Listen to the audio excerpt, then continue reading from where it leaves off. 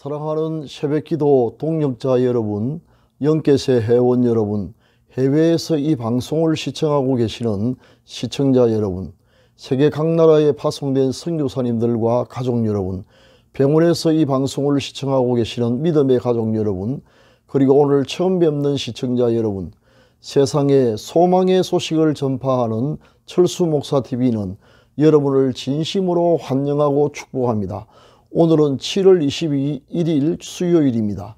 이 시간 하나님의 은혜를 사모하는 여러분의 마음속에 넘치는 평강 주시기를, 치료하는 광선을 비추어 주셔서 모든 질병을 씻은 듯이 낫게 해주시기를, 온갖 악한 전염병으로부터 지켜주시기를 기원합니다. 그리고 좋은 것으로 여러분의 기도에 응답해 주시며 모든 쓸 것을 풍성하게 채워주시기를, 그리고 여러분의 인생을 예수 그리스도의 이름으로 회복시켜 주셔서 올해가 여러분의 생애에 최고의 해가 되게 해주시기를 축원합니다. 마지막으로 여러분의 영혼이 잘됨같이 여러분의 범사가 잘되고 강건하기를 축원하면서 오늘의 새벽 기도회를 시작하겠습니다. 철수 목사 TV는 매일 이른 아침마다 집으로 배달되는 신선한 목장의 산양 우유처럼 여러분의 영혼에 유익이 되기를 소망합니다. 지금부터 기도회를 시작하겠습니다. 사도신경을 암송함으로 신앙을 고백하겠습니다. 전능하사 천지를 만드신 하나님 아버지를 내가 미사오며 그 외아들 우리 주 예수 그리스도를 미사오니, 이는 성령으로 잉태하사 동정녀 마리아에게 나시고 본디오 빌라도에게 고난을 받으사 십자가에 못 박혀 죽으시고 장사한 지 사흘 만에 죽은 자 가운데서 다시 살아나시며 하늘에 오르사 전능하신 하나님 우편에 앉아 계시다가 저리로서 산자와 죽은 자를 심판하러 오시리라. 성령을 미사오며 거룩한 공예와 성도가 서로 교통하는 것과 죄를 사하여 주시는 것과 몸이 다시 사는 것과 영원히 사는 것을 미사옵나이다. 아멘. 다같이 찬송가 404장 바다의 놀이 일대를 함께 부르겠습니다.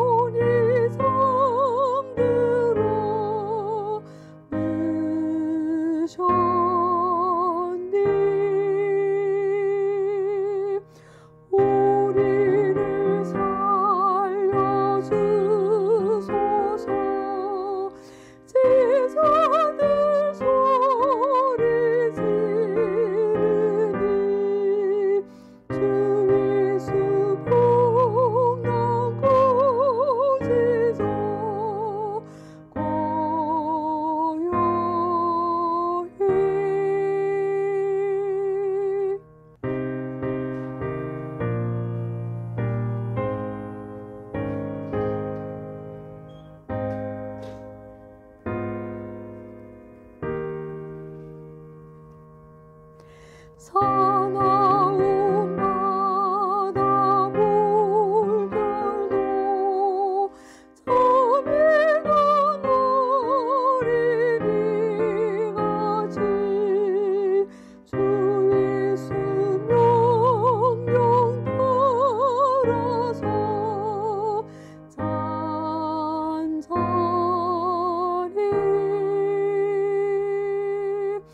일평생 사는 동안에 괴로운 시험 많으나 주 예수 함께 계시니 평안히.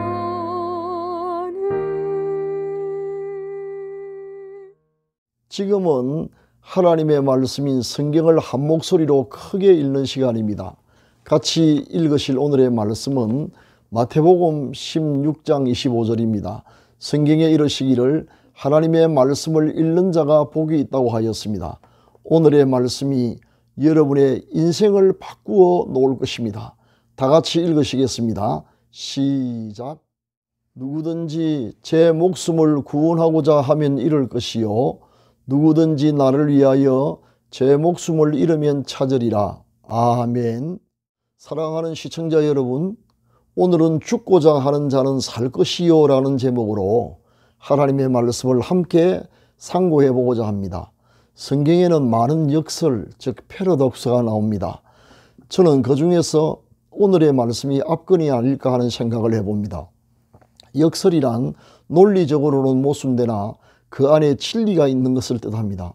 오늘의 말씀을 생각해 봅시다. 주님께서 말씀하시기를 누구든지 제 목숨을 구원하고자 하면 잃을 것이요 누구든지 나를 위하여 제 목숨을 잃으면 찾으리라고 하셨습니다. 이 말씀은 심한 패러독스가 아닐 수 없습니다. 아니 어떻게 생명을 구원하고자 하는 사람은 오히려 잃게 되지만 주님을 위해 자기 생명을 버리면 다시 얻게 된다는 말입니까?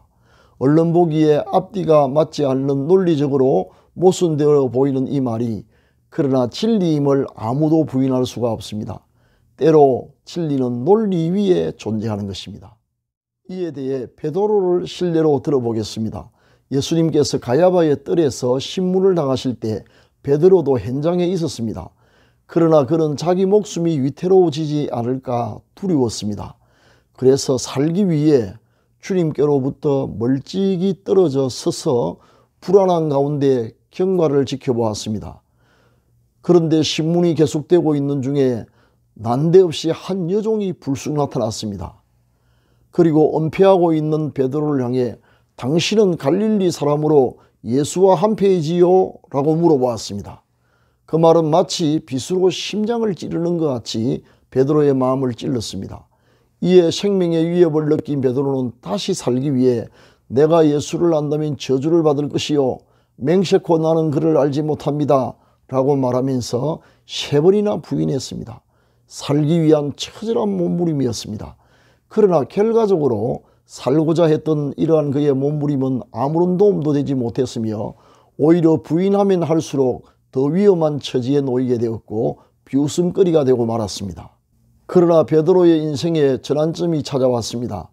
비겁했던 그가 오순절날 성령을 받아 충만해졌을 때 이전과 완전히 다른 모습으로 변화되었습니다.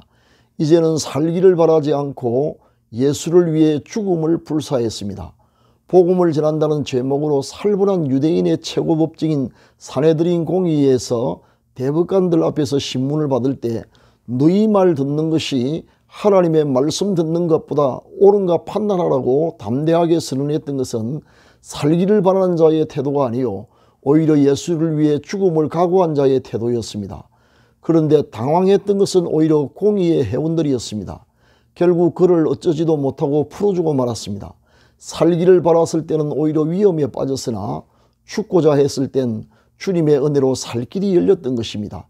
이 역설적인 진리를 하나님 나라를 위해 수고하는 모든 사명자, 직분자, 그리스도인들은 반드시 명심 또 명심해야 할 것입니다. 제가 군 복무를 마치고 대학 2학년에 복학했을 때 만덕중앙교회 담임 목사님의 간곡한 부탁으로 여러 차례 사양했지만 결국 교육전도사로 부임을 했습니다. 당시 만덕중앙교회는 개척교회여서 모든 형편이 열악했습니다. 저는 말이 전도사이지 교회의 온갖 일을 다 해야 했습니다.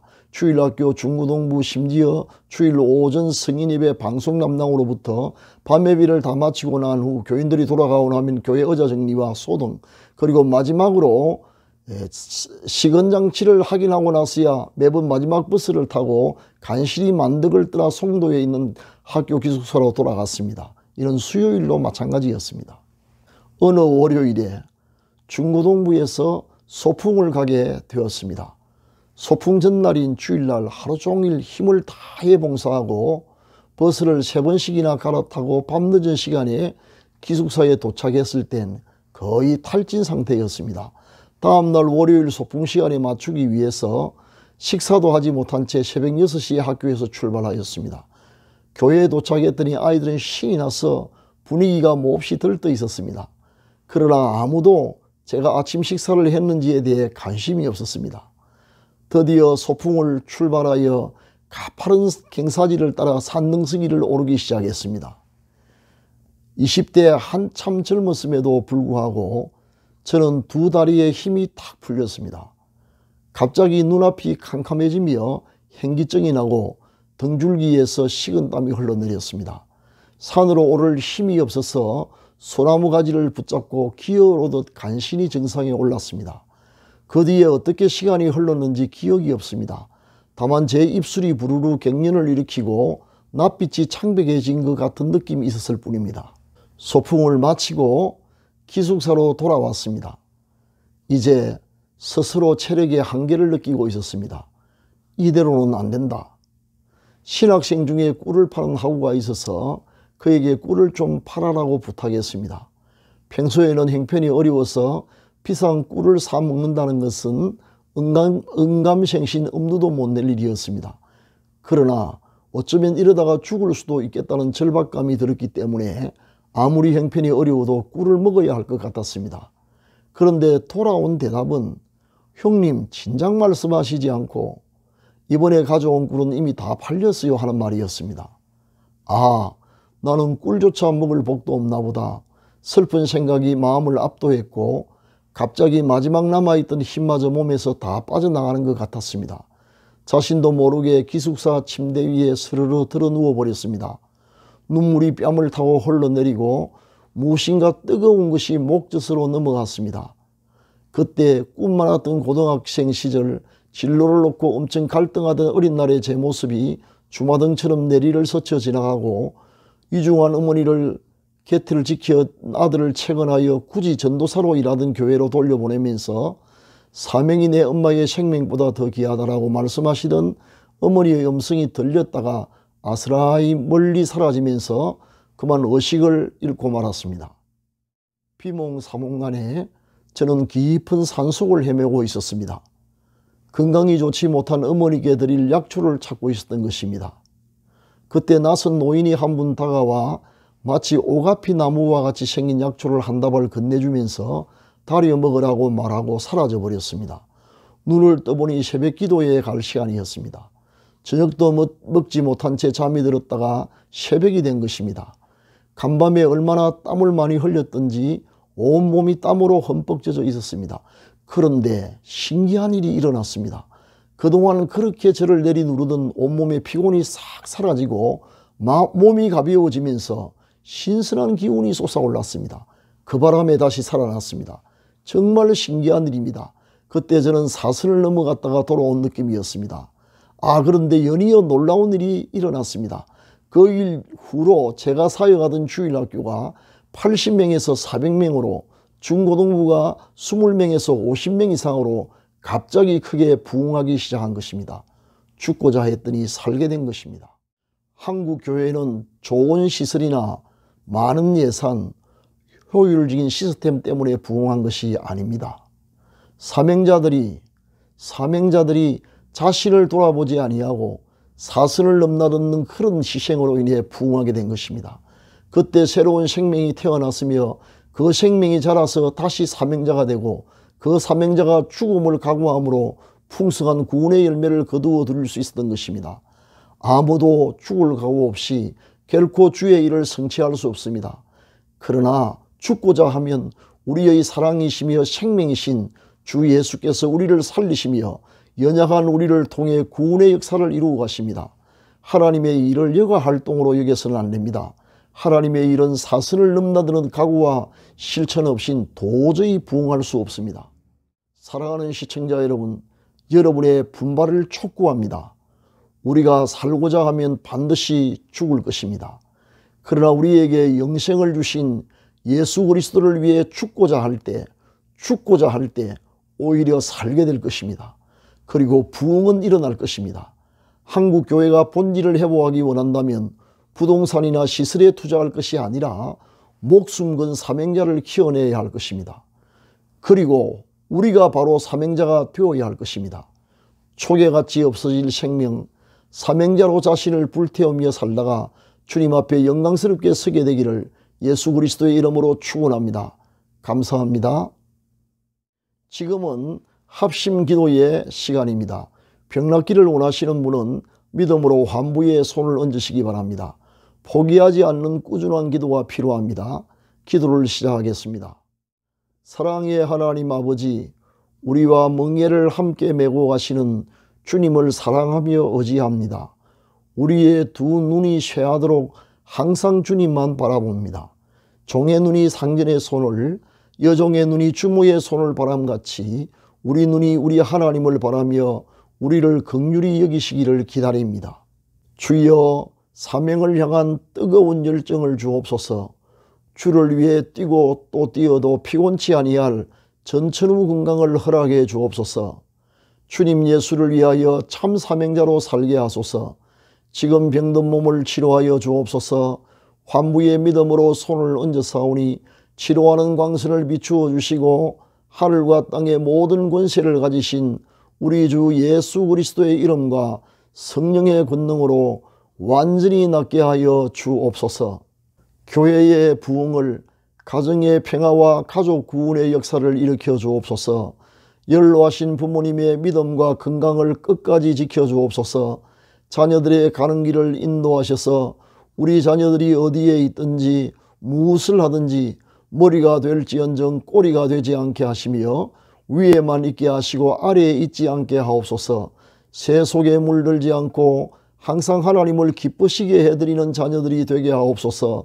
우리 생업에 100배의 복을 주셔서 올해가 지금까지 살아왔던 날 가운데 최고의 해가 되게 하옵소서. 우리의 노후에 복을 주셔서 건강하고 부유하여 주위에 폐를 끼치지 않고 오히려 많은 사람을 도우며 살게 하옵소서. 이 시간 특별한 소원을 품고 기도하는 시청자들의 기도가 응답되게 하옵소서. 수고하시는 선교사님들과 병원에 입원 중인 가족들과 국군 장병들과 북한 동포를 지켜주시며 이루할 모든 것 부족함이 없이 넉넉하게 내려주옵소서. 오늘 또 주님과 동행하는 하루가 되게 하옵소서. 우리 구주 예수 그리스도의 이름으로 기도합니다. 아멘. 지금은 개인 기도의 시간입니다. 세 가지 기도 제목을 드리겠습니다. 첫째, 오늘의 말씀을 기억하면서 사명을 향한 열정을 주시도록. 둘째, 병으로 고생하는 믿음의 가족들을 속히 치료하여 주시도록. 특별히 신금희 집사님이 오늘 퇴원하게 됨을 감사드리며 그동안 사랑으로 합심하여 기도하신 분들에게 복을 주시도록. 셋째, 기도 중에 생각나는 분에게 오늘 복음을 전하도록 기도하시기 바랍니다. 감사합니다.